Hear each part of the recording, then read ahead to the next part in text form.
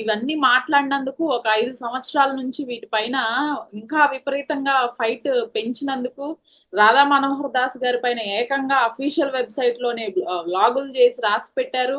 కేసులు పెట్టారు. బోలెడంత టార్చర్ చేశారు. నాకింకా పర్సనల్‌గా మీరు తెలుసు గాబట్టి ఆఖరికి వాడే నంబర్‌లతో సహా వదిలిపెట్టకుండా వాటిని గూడా నాశనం జేయాలని జూసారు. వాటన్నిటికి ఇప్పుడు అది వాళ్ళ యొక్క క్రూర ఆ! ఆ? వాటన్నిటికి ఇప్పుడు సమాధానం దేవుడు ఉన్నాడు ఉంటా.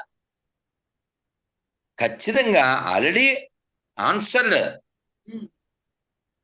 వాళ్ళకి వచ్చింది ఆన్సరు, వాళ్ళకి వస్తుంది క్యాన్సర్, వాళ్ళకి దొరకని స్పాన్సర్, వాళ్ళు అమ్ముకోవాలి వాళ్ళ కార్లు ఆన్సర్. తప్పు కదమ్మా, తప్పు కదమ్మా.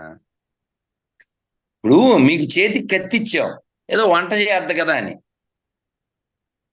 పీకలు కోయడానికి కాదు మీకు కత్తిచ్చింది కదా. ఆ! సరే, నేను ఎప్పుడు కొంచెం కటువుగా చెప్పే మాట ఏంటంటే, వాళ్ళు ఈఓ అయినా చైర్మన్ అయినా ఎవరైనా, we are the owners, we are the donors, you are the cleaners, you must maintain the manners. Queue line లో ఎవరైతే ఇప్పుడు ఒక్క మాటలో చెప్పాలంటే, ఎక్కడి నుంచి ప్రక్షాళన అన్నారు కదా. అవును. Bus stand, Tirupati bus stand చండాలంగా ఉంటుంది. ఆ ఉచ్చల కంపు. ఈ 15-20 రోజులు ఏమన్నా బాగు చేశారేమో నాకు తెలియదు. ఆ సో తిరుపతికి తగ్గ బస్ స్టాండ్ అయితే కాదు. ఓకే. ఎందుకని? ఇప్పుడు ఆర్టీసీకి డబ్బులు ఎక్కడి నుంచి వస్తున్నాయి? తిరుపతికి వచ్చే వాళ్ళ వలన. తిరుపతికి వచ్చే వాళ్ళ వలన వస్తున్నాయి. తిరుపతికి ఎందుకు వస్తారు? స్వామివారి కోసం. వెంకటేశ్వరం చూడడానికి. అవునా? కాబట్టి అది ఎలా ఉండాలి? బస్ స్టాండ్ చాలా పాష్ గా ఉండాలి. తిరుపతికి తగ్గ బస్ స్టాండ్ కాదు అది. రైల్వే స్టేషన్ ఏదో డెవలప్ చేస్తున్నారని అన్నారు, కానీ తిరుపతికి తగ్గ కాదు. మొన్న కాశీ వెళ్ళాం. కాశీ స్టేషన్ ఎలా ఉంది? ఇగో ఇగో ఇలా చూడాలి. అయోధ్య వెళ్ళాం, ఇలా చూడాలి. ఇప్పుడు నీకు డబ్బులు వస్తున్నాయి కదా, కాబట్టి వాడు దిగగానే ఏ భక్తుడైనా ఆ ఫీల్ ఉండాలి. అవును. ఆ ఫీల్ ఉండాలి, మధురానుభూతి ఉండాలి. సో దిగిన తర్వాత ఆ శ్రీనివాసంలో కావచ్చు, విష్ణు నివాసంలో కావచ్చు, ఏర్పాట్లు విసుక్కోకుండా, ఆ టికెట్లు, అలాగే మెట్ల మార్గాలు 2 ఉన్నాయి, రెండిట్లో అలాగే ఆ క్యూ లైన్ లో మనం ప్రవేశించిన తర్వాత కంపార్ట్మెంట్, ఈ కంపార్ట్మెంట్ లో పెద్ద ఫ్యాన్లు వేసేస్తారు. గోల. ఎప్పుడు అవి? నువ్వు నేను పుట్టక ముందు ఫ్యాన్లు అవి. ఏం వినపడాలి? తిరుమలలో గోవిందనామాలు కదా. టీవీలు ఉన్నాయో లేవో నాకు తెలియదు. ఓకే. పెద్ద స్క్రీన్లు పెట్టండి. పెద్ద స్క్రీన్లు పెట్టేసి కంపార్ట్మెంట్ లో చక్కగా భగవన్నామం చెప్పించాను. 3 ఏళ్ల క్రితం అనుకుంటా, నేను తాళాలు పట్టుకుని, కరతాళాలు ఉంటాయి కదా భజన చేసేవి, అది మన దగ్గర కెమెరా ఉండదు, సెల్ ఉండదు కదమ్మా. హ్మ్. హ్మ్. లోపల కంపార్ట్మెంట్ లో సెల్ ఉండదుగా. అవును. అవును. నేను తాళాలు తీసుకుని భజన చేస్తున్నా. ఇక్కడ చేయకూడదండి అన్నాడు. ఎవరు గురువుగారు? ఎక్కడా? అన్నదెవరు? ఎవడో గొట్టం. ఓకే. నేను ఇంతకంటే మరి గుడ్ వర్డ్స్ రావు. ఓకే. ఆ! ఇక్కడ చేయకూడదు, మరి ఎక్కడ చేయాలి? తిరుమలలో భజన చేయకపోతే ఎక్కడ చేయాలి చెప్ప? మీ ఇంటికాడ ఏం చేయట్లేగా మేము. అన్నమయ్య ఏం చెప్పాడు? స్వామివారి అగ్రగణ్య భక్తుడు. గోవింద గోవింద యని కొలువరే,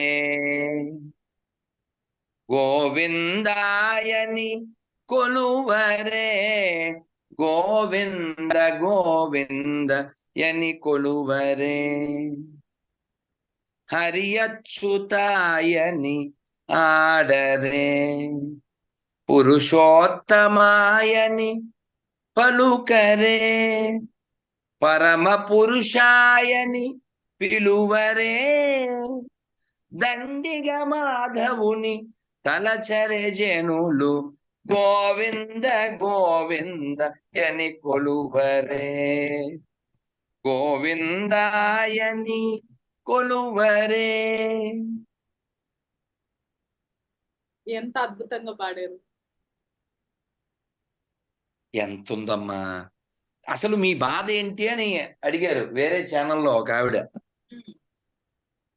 ఫస్ట్ క్వశ్చన్, నా బాధ ఎప్పుడైనా ఒకటేనమ్మా, ఎంత సంతోషాన్ని విడిచిపెట్టి, ఎంత ఆనందాన్ని విడిచిపెట్టి జనం కావాలని దుఃఖాన్ని పొందుతున్నారు. అది నా బాధ. లోకం యొక్క బాధ నా బాధ, లోకం యొక్క అజ్ఞానం నా బాధ. ఇందాక వీడియో చూశాను, పెద్ద మొసలి బతికుంది, దాన్ని అలాగే కోసి దాన్ని తోలు తీసేస్తున్నాను. ఈ భూమి మీద ఈ 2 కాళ్ళ జంతువు తొందరగా అంతరించిపోతే బాగుండు, మిగిలిన ప్రాణులన్నీ సుఖంగా ఉంటాయి కదా. మొసలు ఎప్పుడైనా అనుకుందా ఇలా లైవ్లో చంపబడతానని? దాన్ని చంపిన తర్వాత తోలు తీయట్లే, లోపల సోళ్ళు ఉండగానే పైన తోలు చేస్తున్నాను. ఈ మనుషులు భూమికి అవసరమమ్మా. మొన్న బక్రీద్ అని చెప్పి కొన్ని లక్షల ఆవులు, ఒంటెలు పండగ చేసుకోవాలంటే ఇంత రక్తపాతం అవసరమా? అని తెలంగాణలో దేవుడు ఒక ఆవిడ ఈ తెలుసు, గోవులను తరలిస్తూ దండం పెట్టాలి, దండం పెట్టాలా చెల్లికి, దండం పెట్టాలి.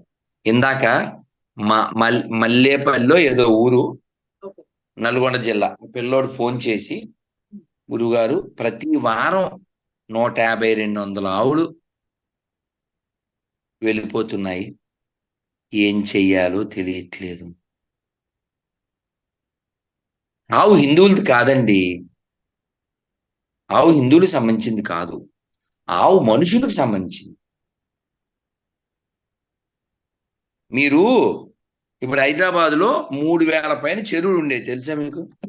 అవును తెలుసు, ఒకప్పుడు ఉండేవి, ఇప్పుడు 30 కూడా లేవు. 3000 పైన చెరువులు ఉండేవి, అపార్ట్మెంట్లు అవి కట్టేశారు. ఎప్పుడైనా మన అవుట్స్కట్స్కి వెళ్తే కొన్ని చెరువులు కనపడతాయి, దానికి ఫెన్సింగ్ అది వేసి పెట్టారు. అంటే నేను కొంచెం హార్ష్గా చెప్తున్నా, ఎవరైనా వెళ్ళి ఆ కంచె వేసినటువంటి ఆ చెరువులో వాడు మూత్ర విసర్జన చేశాడు అనుకోండి, వాడిని కొడతారా కొట్టరా? కొడతారు. అది పాడైంది అయితే పెద్ద పట్టించుకోరు. అది మంచినీళ్ళ చెరువు, పోస్తే ఊరుకుంటారా? అలా నీళ్లు ఎవరివి? అందరివి, బతకాలిగా, అందుకోసం నీళ్లు.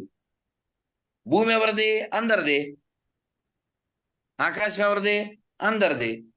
సముద్రం ఎవరిది? అందరిది. అలా ఆవు కూడా అందరిది. చెరువుల్ని ఎలా కాపాడుకోవాలో, నదుల్ని ఎలా కాపాడుకోవాలో, భూమిని ఎలా కాపాడుకోవాలో అలా ఆవును కాపాడుకోవాలి. దేనికోసం? ఆవు కోసం కాదు, మన ఆరోగ్యం కోసం. కాబట్టి ఆవు హిందువులది కాదు, ఆవు మనుషులది. కాబట్టి ఆవుని తినేవాడు, చంపేవాడు, ఎక్స్పోర్ట్ చేసేవాడు ఎవడు మనిషి కాదు. కాబట్టి ఆ మనిషి కానోళ్ళు, మనిషి రూపంలో ఉన్నోళ్ళు తొందరగా మరణించుగాక, అంటే భూమి భారం కదా. ఇప్పుడు మీకు ఎవరో లిఫ్ట్ ఇచ్చారండి, ఎవరో లిఫ్ట్ ఇచ్చారు, 1 కిలోమీటర్ 2 కిలోమీటర్లో, దిగ్గానే ఏం చెప్తారు? థ్యాంక్ యూ చెప్తాం. అంతే కదా. వాళ్ళ పెట్రోలు వాళ్ళకైనా అంతే ఖర్చు అవుద్ది, మనం ఎక్కినా అంతే ఖర్చు అవుద్ది, అయినా థ్యాంక్స్ చెప్పాంగా. మరి ఆవు లిఫ్ట్ ఇవ్వట్లే, గిఫ్ట్ ఇస్తుంది. మూత్రం, పేడ, పాలు, పెరుగు, తద్వారా ఎన్నో ప్రొడక్ట్లు. నీకు అవసరం కూడా, ఆవును తినే దరిద్రులందరికీ ఏమంటున్నానంటే, కాఫీలు టీలు తాగుతారుగా, కాఫీలు టీలు తాగుతారు కదా, పాలు కావాలిగా. అవును. ఈ ఏ ఆవుని, ఏ ఎద్దుని, ఏ ఏ గేదెని చంపకూడదు. ఎందుకని? అవి మనకు ఉపకారం చేస్తున్నాయి. మనకేం చెప్పారు పెద్దలు? అపకారికినుపకారము నెపమెన్నక సేయువాడు. ఉపకారికి ఉపకారం చేయడం గొప్ప కాదు, అవును. అపకారికి ఉపకారం చేయడం. అలాంటిది ఉపకారికి అపకారం చేస్తున్నావంటే నువ్వు భూమి మీద ఉంటావు అవసరమా చెప్పు? కానీ గురువుగారు, ఈ 5 సంవత్సరాల్లో మిమ్మల్ని చాలా ప్లాట్ఫామ్స్ లో చూసాం, చాలా ఛానల్స్ లో చూసాం. ముఖ్యంగా మీ ఛానల్లో ప్రతిరోజు చూస్తూనే ఉన్నారు. కానీ ఈ 5 ఏళ్లలో మీరు బాగా బాధపడ్డ సందర్భం ఏది? ఎక్కడ మీ మనసు బాగా గాయపడింది?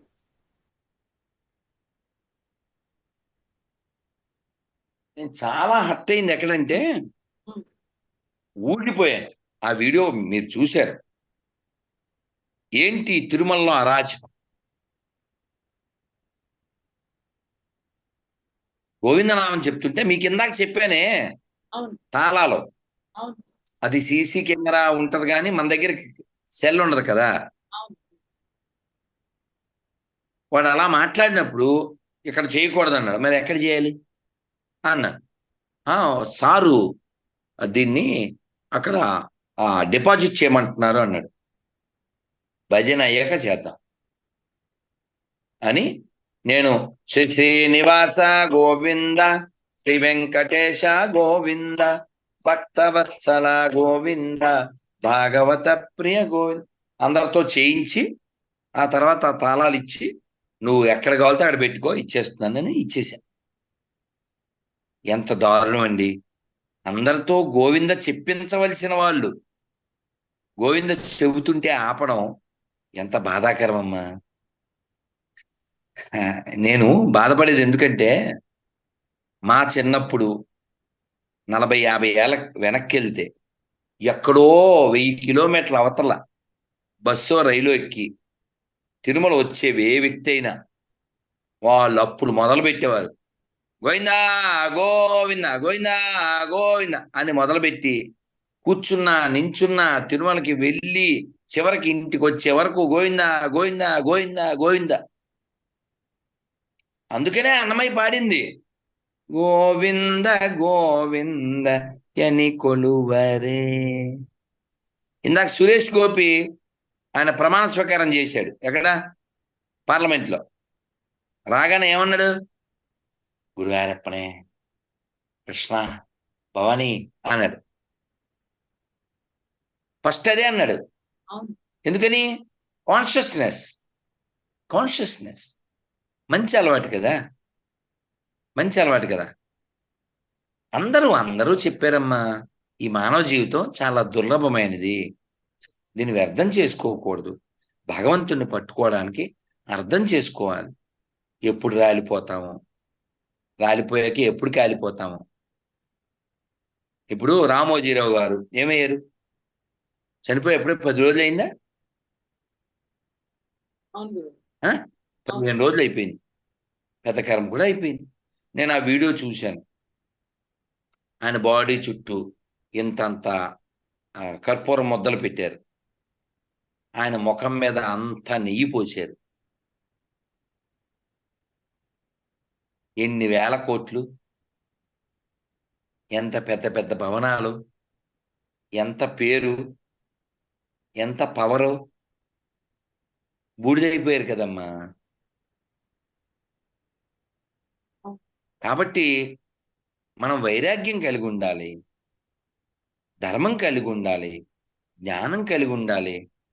అంతేకాని ఆ, కొంచెమైనా ఇంగితం లేకుండా ఇప్పుడు బడికి ఎందుకు వెళ్తారు? చదువుకోవడానికి. గుడికి ఎందుకు వెళ్తారు? భజన చేయడానికి, జపం చేయడానికి, తపస్సు చేయడానికి. Temple is a place of worship. Temple is a place for chanting. Temple is a place for learning.